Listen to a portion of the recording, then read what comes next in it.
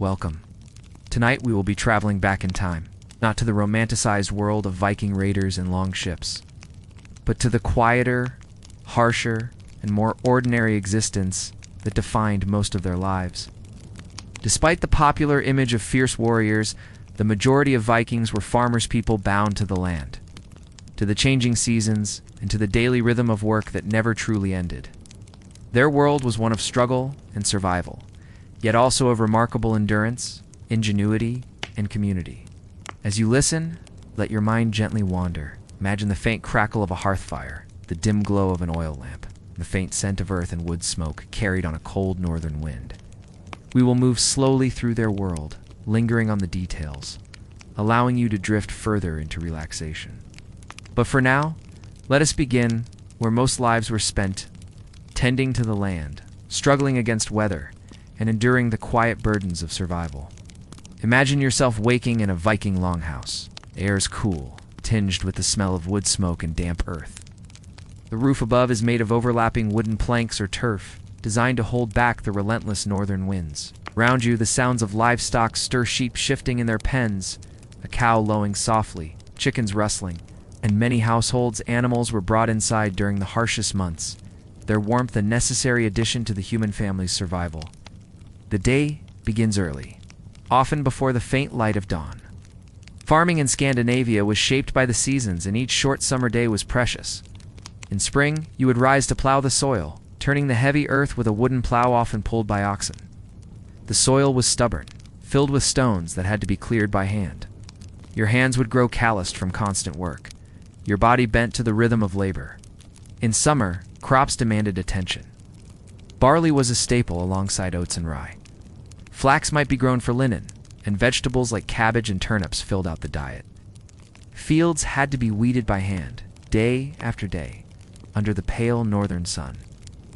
If the harvest was poor, the coming winter would be long and cruel.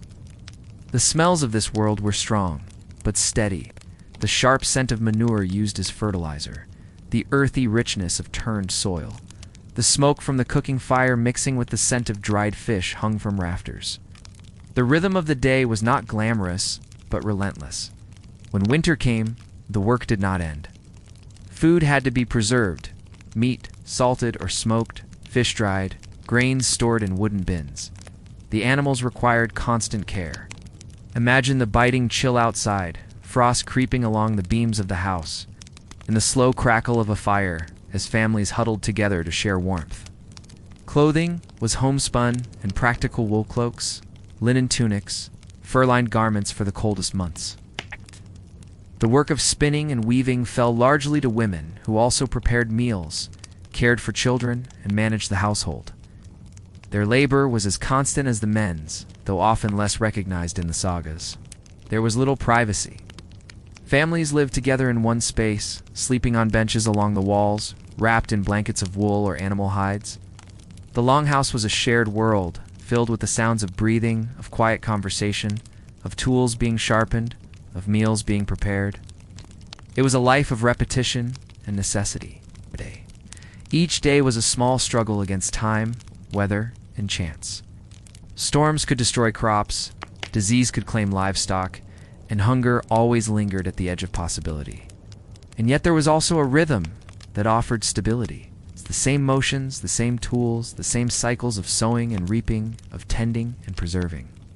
Over time, the constancy of this routine became a kind of comfort, an anchor in a world that was otherwise unpredictable. As you imagine yourself, their hands in the soil, breath visible in the crisp morning air, consider the endurance it required to live not as a raider or explorer, but as the backbone of Viking society. The farmer, whose endless labor made everything else possible. The Viking world was built upon these quiet struggles. Longships would never have sailed without the grain, the wool, and the preserved food prepared by farmers. Warriors would not have fought without the sustenance pulled from the soil and stored through the long winters. It was not a glamorous life, but it was the foundation of everything. From the steady rhythm of farm life, let us drift outward to the sea and to one of the most enduring stories of Viking exploration. Imagine the creak of wood as waves lap against the side of a long ship. The sails billow gently, catching the wind. The horizon stretches endlessly, with nothing but the pale sky and the dark waters of the North Atlantic.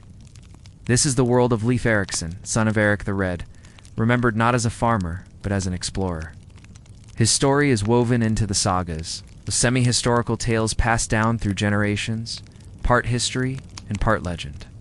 Leif was born in Iceland around the year 970, into a family both ambitious and restless. His father, Eric the Red, had been exiled from Norway for killings, then again from Iceland for more disputes. He sailed westward and established Greenland's first Norse settlement. Carving out a fragile existence on the edge of the inhabitable world, Leif grew up in this environment of frontier society where survival meant resourcefulness.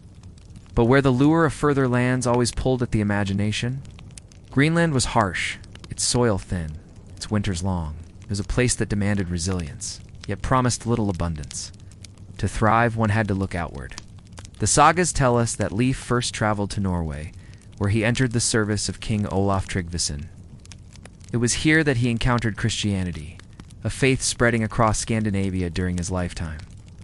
Some accounts say Olaf sent him back to Greenland as a missionary, carrying not only new beliefs, but also new ambitions.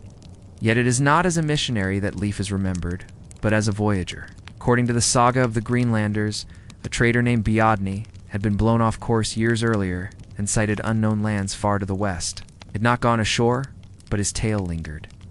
Leif decided to seek those shores for himself. Picture his ship, leaving Greenland around the year 1000. The longship was sturdy yet simple, built for speed and flexibility. Crews relied on oars when winds failed, and on the stars and sun to guide them, though clouds often veiled the sky. The journey would have been uncertain, the seas cold, and the dangers constant. Leif and his men are said to have landed first in a place they called Helgeland, meaning land of flat stones, thought to be modern-day Baffin Island. Then they sailed farther to Markland, land of forests, perhaps Labrador. Finally, they reached a more hospitable place, which they named Vinland, the land of grapes. Scholars debate its exact location, but many believe it to have been somewhere along the coast of Newfoundland. Vinland, according to the sagas, was rich in timber and offered fertile ground. It's far more promising than Greenland's thin soil. Grapes may have been more metaphorical than literal, or perhaps they referred to wild berries unfamiliar to the Norse. Whatever the truth, the place was remembered as abundant, a land that seemed almost too good to be real. Leif and his crew built houses there and spent a winter. The sagas describe mild weather, plentiful resources, and a sense of discovery. Yet, despite this promise, the settlement did not endure. Later attempts by others ended in conflict with the indigenous peoples they encountered, peoples whom the sagas call the Skrælings. The Norse were not able to establish a lasting colony, and eventually the voyages ceased. Still, Leif Erikson's journey marks one of the earliest known European landings in North America, nearly 5 centuries before Columbus. Whether the sagas embellish or omit, whether details are blurred by time, the essence of the story remains. The Vikings reached beyond the edge of their known world. It is easy to imagine Leif standing on that distant shore, the sea stretching behind him, forests before him, and the vast unknown all around. For him, as for his father, the world was always larger than the farm, larger than the small settlements clinging to harsh lands. It was open, restless, waiting. And yet, when Leif returned to Greenland, his life became quieter. The saga suggests he took up the role of chieftain after his father's death, leading his people not as a raider or explorer, but as a steady presence. Like the farmers who made up the backbone of Norse society, his later years were shaped by responsibility, by stability, and by survival. The tale of Leif Erikson lingers because it touches both extremes of the Viking world, the harsh constancy of life tied to the land, and the boundless curiosity of those who looked outward across the sea. And as his story fades into legend, we turn now to another aspect of Viking life. Not voyages, not farming, but the mysteries they left behind in the earth. Silent graves, ship burials, and the echoes of beliefs that still intrigue us today. Let us turn our attention to what the Vikings left behind, not in distant lands, but beneath the soil within their own homelands. Burials tell us much about the people who performed them. They are more than resting places. They are messages to the living. symbols of belief, of memory, and of status. For the Vikings, burial was both practical and deeply spiritual, a bridge between the everyday world and the realm of the unseen. Imagine standing on a quiet plain in Scandinavia. The air is cool, the ground uneven, with gentle mounds that seem at first glance like natural rises. But each one is deliberate, constructed by human hands centuries ago. These are burial mounds, the final homes of Viking men and women, their story sealed beneath layers of earth. Some were simple. Farmer might be laid to rest with little more than a few tools, a knife, or a piece of jewelry. Others were elaborate. Chiefs, warriors, and leaders could be buried in ships, carefully placed within the ground and filled with possession swords, shields, drinking horns, even animals sacrificed to accompany them. One of the most famous discoveries is the Oseberg ship burial in Norway. Found in 1904, it held 2 women of high status. Their bodies surrounded by textiles, carved wooden sleighs, and even intricately designed animal headposts. Though their exact identities remain uncertain, the burial speaks of immense respect and wealth. The craftsmanship of the ship itself, preserved in the soil, is a reminder of the artistry woven into Viking life. There is mystery here as well. In some burials, archaeologists have found weapons placed in ways that suggest symbolic meaning: blades bent, shields deliberately broken. Were these meant to kill the object so it could pass into the next world? Or to prevent the spirit of the dead from using them again among the living? Cremation was also common. A body might be burned on a pyre, the flames rising against the night sky. The ashes could be buried or placed in urns. To the Vikings, fire was not destruction alone, but transformation sending the soul onward. The sagas speak of flames and smoke carrying the departed toward the gods, though the details of their beliefs varied from place to place. There are also tales of ship burials at sea, setting a vessel alight and letting it drift across the water. Whether this was truly practiced or is more myth than history is debated, but the image lingers in our imagination, a solitary ship glowing against the horizon, fading into the mist. Not all burials were equal. Wealth, gender, and social standing shaped the rituals.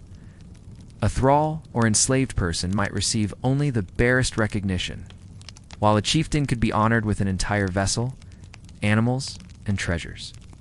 In some accounts, human sacrifice accompanied important burials, retainers, or servants meant to join the dead in the afterlife. Archaeologists tread carefully here, noting signs that may suggest such practices, though the evidence is often fragmentary.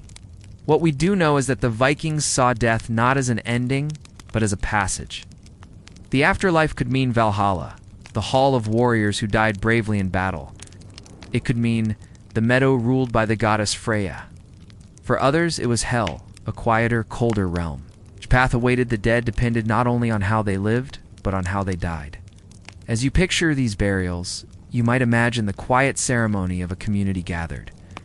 The sound of soil being shoveled onto a mound, the scent of pine wood, of smoke lingering in the air. The solemn rhythm of words spoken over the departed, fading into the silence of the northern night. These graves, whether humble or magnificent, are among the clearest voices the Vikings left us. They do not speak in words, but in objects, arrangements, and the choices of those who mourned. And even today, archaeologists continue to uncover new secrets. Piecing together fragments of a worldview both familiar and strange, the mystery remains. What exactly did the Vikings believe happened after death? We can only glimpse shadows through the material traces left behind. The true answers were carried away with them into a world beyond our reach. From the silence of the grave, let us now turn to the warmth and noise of the living. For not all Vikings endured lives of constant toil. Some dined in long houses lit by fire, surrounded by wealth and company. To them, life offered a very different rhythm, one of feasting, storytelling, and display. From the quiet solemnity of burials, let us return to the world of the living, where the heart of Viking social life often beats strongest inside the longhouse during the feast. Imagine stepping through a heavy wooden doorway into a hall warmed by the glow of firelight. The longhouse was more than just shelter. It was the center of family, of community, and for the wealthy, a stage on which power was displayed. At its simplest, a longhouse was a rectangular structure of wood and turf. With a central hearth running down the length of the hall, smoke drifted upward through vents in the roof, filling the air with the earthy, comforting scent of burning wood. Benches lined the walls, covered with animal hides and woven textiles. But in the halls of chieftains, the atmosphere changed.